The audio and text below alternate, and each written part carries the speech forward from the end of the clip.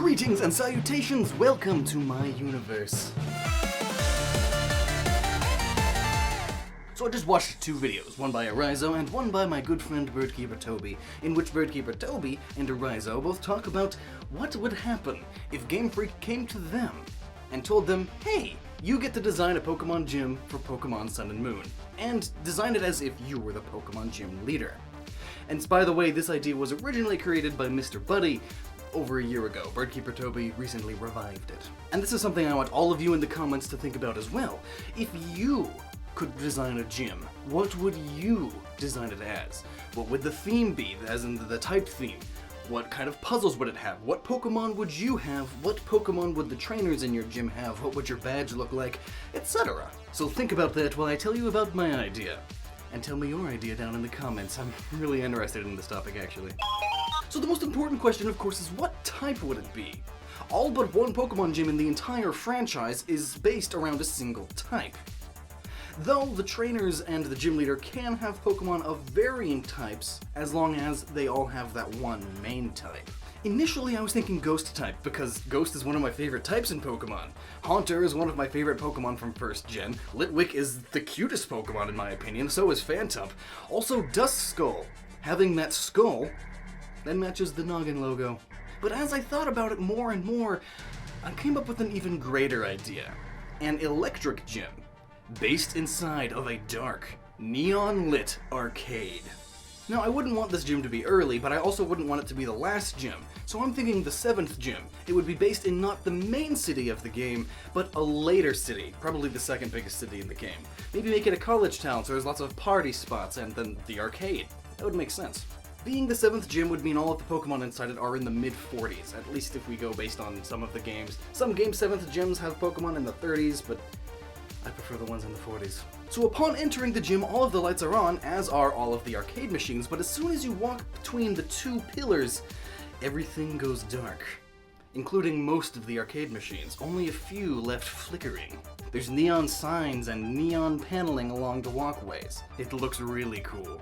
And while being arcade-themed, the gimmick will be games and tricks. In fact, there will be a Rotom, or Rotom, flying around, possessing the arcade cabinets and moving them as you walk past. The arcade cabinets would even form a maze eventually, and as you walk through it, Rotom possesses an arcade cabinet and moves it to completely change the maze, meaning going through it one way, you'll be leaving in a completely different way. Some of the cabinets will turn on as you approach them and reveal a scary face. One of the cabinets will also be a ninja in disguise who wants to battle. And all throughout the gym you have to find these little switches, many of them hidden, and each switch turns on a neon light of a different color in the main part of the gym. Some of these switches will be behind arcade cabinets that you have to use strength on, some of them will be behind trainers that you have to beat before they move out of the way. And some will be hidden at various dead ends along the maze, making you have to walk through the whole maze. All of the trainers in the gym will be playing on the arcade machines, meaning you have to initiate battle. Well, all except for the ninja that's looking out for you. Of course, all these trainers need Pokemon, so one of them will have every Elekid form. There will also be plenty of Magnetons and Jolteons. But the ninja pulls a fast one. Being that this is an electric gym, you will likely have a ground or rock type Pokemon at the head of your team. This ninja pulls a fast one and pulls out a Shiftry. Not an electric type, but a grass dark. It's just to catch you off guard and trick you. Shiftry is the wicked Pokemon after all. But of course, after that battle, you hear me yell over the speakers, Donnie! The ninja's name is Donnie, by the way. Donnie! What have I told you? This is an electric gym! Get your grass types out of here! How did you even get back in here? At which point Donnie will throw down a smoke screen and teleport away, revealing a switch behind him. The main puzzle of the gym will be a neon-lit floor, kind of like a dance floor, and each panel has a colored arrow on it. Every time you step on a panel, the light that you turned on with the switches, by the way, will move in the direction of that arrow. You have to get all of the lights to reach the same point so that they turn white, and turning white reveals the main door to me, the gym leader. But I'm busy beating my high score on Slacking Kong, or something. So I tell you to just bug off for a little bit, go play the arcade machine behind me while you wait. You walk up to the arcade machine and it initiates battle. Yes, you are now fighting an arcade machine, but as part of the gimmicky trickery, you are actually fighting the arcade machine in the art style of the original Pokemon. I mean, really, you could fit every single original sprite of the Pokemon and make new ones for all the new Pokemon in just a few kilobytes of size because of how tiny those sprites were. It would be kind of similar to how at one point in Metal Gear Solid 4 you actually play through the whole first level of the first Metal Gear Solid in the same low-poly art style of the first Metal Gear Solid. It's really interesting. This arcade battle would consist of you fighting 2 underleveled Porygons, using only electric attacks though, and a Rotom. The Rotom that's been moving all of the arcade cabinets around. After that battle and the game fades back to the overworld, I'm standing right behind you and initiate battle immediately. Maybe. I'm not sure how fair that would be, because you haven't healed from that last battle, though you were only fighting 2 very underleveled Porygons, so you should be fine. The music changes into an even more epic 80s arcade track, similar to the one you're listening to now. My Pokemon would consist of Electros, Lantern, Magnezone, and Rotom, and perhaps, if Game Freak would allow it, add in a bit of extra programming so that the Rotom is a Rotom form that would be best to fight against your team specifically. But why these 4 specifically, you ask? Well, Rotom because I just love Rotom, he's so adorable! But the others, all because they fit into that theme of trickery and games. You see, Rotom and Electros both have Levitate, and really Magnezone should too. But whatever, Magnezone will have the move Magnet Rise, which grants him temporary Levitate.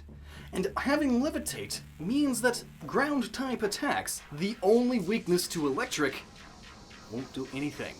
Well, at least I still have ground and rock-type Pokemon that are immune and not super effective to electric. Haha, my defense is superior, you may say. But no, because Lantern, and perhaps also Rotom in the Wash Rotom form, will have Soak.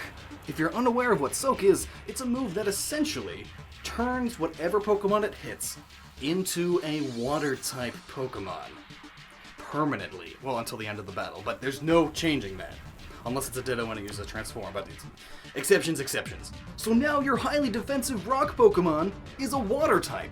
All of my electric moves will be super effective.